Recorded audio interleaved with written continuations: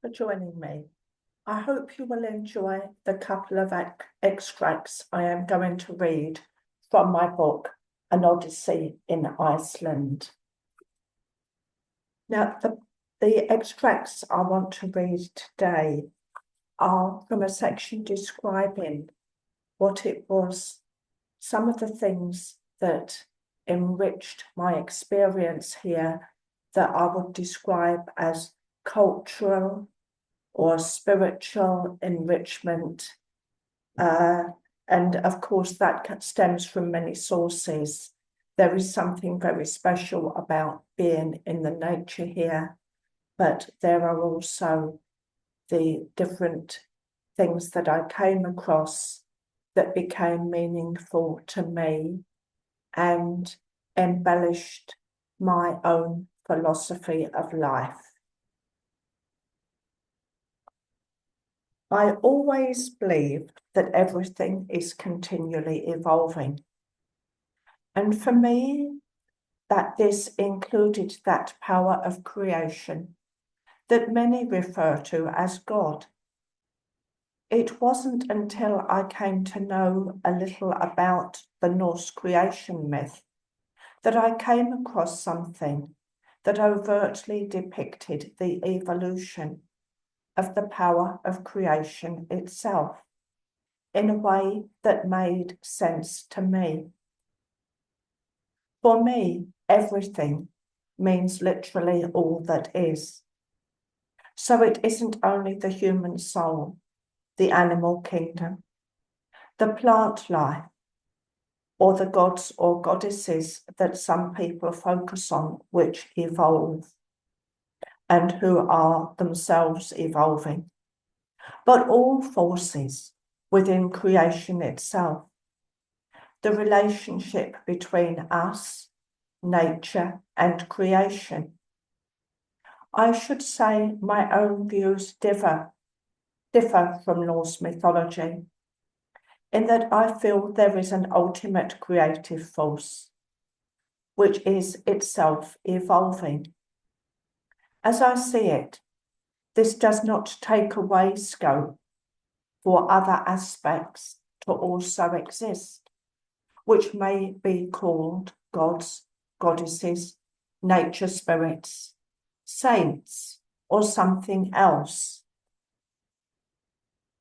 And one of the stories that I have loved is the Norse creation story, that the world was created in Gunningaga from a collision between ice and fire, with several stages produced by giant forces, following the initiatory event. The changes balance and rebalance between chaos and order, and the gods themselves also evolve. This was especially appealing to me. I loved the way the evolution of the gods featured, with the truce between the older Vanir and the newer Aesir gods being referred to. I feel that we live in a dynamic universe, and with interaction between life and divine forces, so that every aspect of all that is must recalibrate, with this being more dramatic at rare points in time. And I do believe in an overall creator, as most spiritualists do. But at the same time, I feel that there are many aspects, and that as the spirit world is changing, as more people with different experiences return to the spirit world, so the creation that built the earth in the first place, the creation that somehow started all that is, then that creation itself must be changing as time goes along. and life alters dramatically. The Earth is ever changing.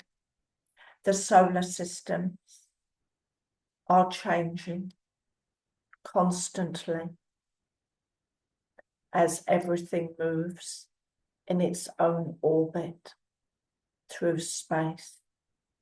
And more is discovered, giving a different sense of meaning, different possibilities of meaning to some things.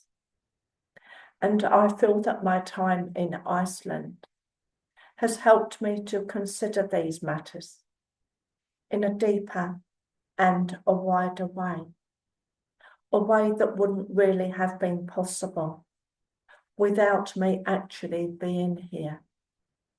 Because experiences in a place, and especially in nature, also speak to us in different ways, and thereby alter the manner in which we will meet certain pieces of experience or certain knowledge.